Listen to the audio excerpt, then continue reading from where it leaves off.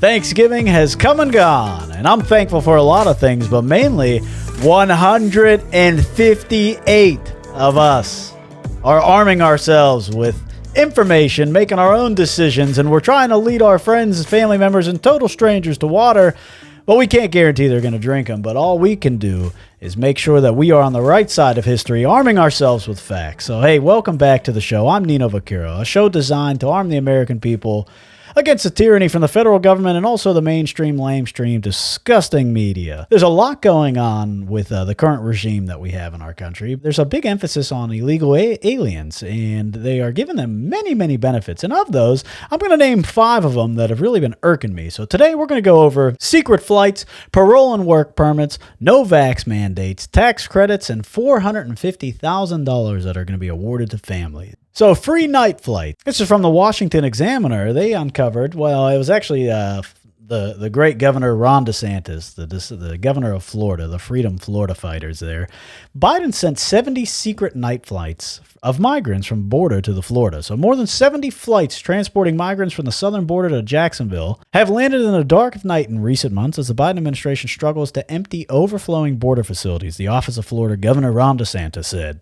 And I think the craziest thing about all this, and the first time the state of Florida has disclosed the number of confirmed flights arriving in the state since the late summer, the governor's office has scrambled in recent weeks to uncover who is facilitating the mystery flights landing in northern Florida daily. But the Biden administration has refused to disclose any information, the officials said. So people are coming over here illegally, and there's so many massive numbers that the administration can't keep up with it. So what's one way that we can do things in the dark of night under the eyes of the American people? Let's fly them around to cities and not tell the governors about it. An infringement on the state sovereignty by the federal government. Benefit number 2, work permits, parole, and a free hall pass into the country. So millions are coming over, and they're bogging down our immigration system, so the Biden administration is just releasing them into the public here to do whatever, who knows, with hopes that they're coming back. So they're granting these people parole. But the problem is, the Biden administration is placing more thought and time into methods to release migrants to the United States rather than expanding options for removal, and that's very dangerous to us. So, to some of you, parole, we hear it a lot, but do we understand what it is? So parole allows an individual who may be inadmissible or otherwise ineligible for admission into the United States to be paroled into the United States for a temporary period. The Immigration and Nationality Act, the INA, allows the Secretary of Homeland Security, Alejandro Mayorkas, to use their discretion to parole any alien applying for admission into the United States temporarily for an urgent humanitarian reasons or significant public benefit. So the tricky use of parole to address large-scale classes of migrants has drawn the eye of Congress, and it is used and viewed as circumventing the legal immigration process. As seen in this article from Breitbart News, the Biden administration enacted a new release policy for migrants which will allow and grant parole status in the 2 busiest Southwest Border Patrol sectors. The program known as Parole and ATD, Alternatives to Detention, will allow agents in the Rio Grande Valley and Del Rio to swiftly release migrants and divert them from overcrowded detention centers. Work permits, parole for violators of our country's sovereignty. Here's an article titled, Biden Administration Sending Court Docs to Tens of Thousands of Migrants Released into the U.S. So what positivity can we bring from this situation instead of just preaching doom and gloom and dissatisfaction for this current regime? So the only thing we can do from that is we can look at statistics and facts here. So the Associated Press reports that as of September 10th, CPB has released 107,817 without formal notices to appear in court. Of those, 29,863 or 28% did not report to ICE in the time period. So 28% of them didn't. So we're looking at 72% did respond to their court documents that we sent out. So that's a good news, but it is also very alarming because a lot of people are abusing the system in the name of fairness, equity, whatever else this administration is putting out. Benefit number 3, no vax mandates. You may say, what are you talking about there? Well, guess what? The Biden administration is releasing COVID-positive migrants right into the U.S. Exclusive! Breitbart News, 16,000 COVID-19 positive migrants released into the U.S. by ICE, says whistleblower.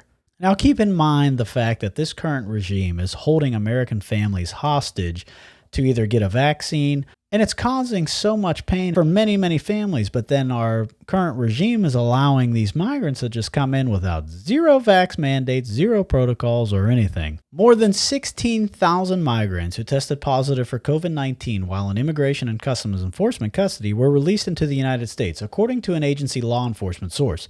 The Biden administration did not mandate any of these migrants to be vaccinated before their release. The source informs Breitbart, Texas, that the figures only include those migrants who were tested by ICE. And that may be ticking you off, especially to some of you that are fighting this fight right now that don't want to receive this vaccine or do any of that, but now your livelihood is held hostage. According to the source, the releases occurred in multiple cities across the U.S. between January 2021 and early October. You think that's bad? It gets better. Let's move on to number 4. Tax credits, aka welfare. The Washington Examiner put out a thing. So-called Biden tax credit is actually welfare for illegal immigrants.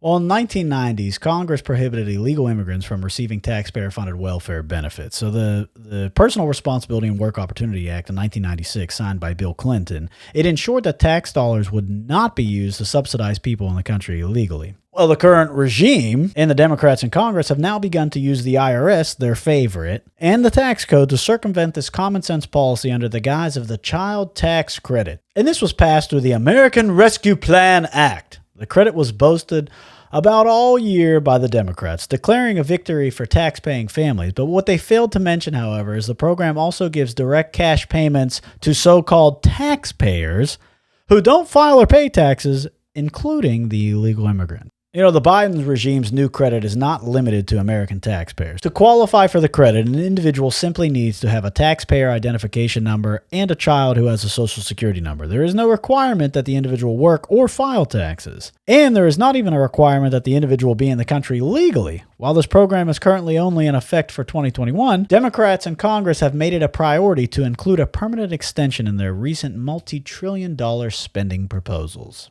And coming into our 5th and final benefit of becoming an illegal alien, the Biden administration is now in talks with the Department of Justice of paying illegal immigrants up to $450,000 per child that was separated from the border because of that terrible, inhumane policy from Orange Man Bad separating families who came over here illegally. So at a recent press conference, Peter Doocy asks the president, hey, you said that this report was garbage. Is this a garbage report? True. So this is a garbage report. Yeah. The president is perfectly comfortable with the Department of Justice settling with the individuals and families who are currently in litigation with the U.S. government. This can't get any more apparent because they're getting caught left and right on what they're lying to the American people about. So to add fuel to the fire, one of the reporters who broke the story was from CNN, and they had a nice exchange that I watched the other day that confirms us even more that the White House was backtracking, and they did say this. Michelle, what did you make of the president's response to the story that you broke? You know, before we wrote the story, we knew that these settlement negotiations had sort of been approved at very high levels of the Biden administration. So it was a little surprising to us that the president's denial was so forceful. Look at her face. She's like, what's next? We're at a crazy time in American history. All we can do is just educate the masses, spread the word, spread the information, let these people decide themselves.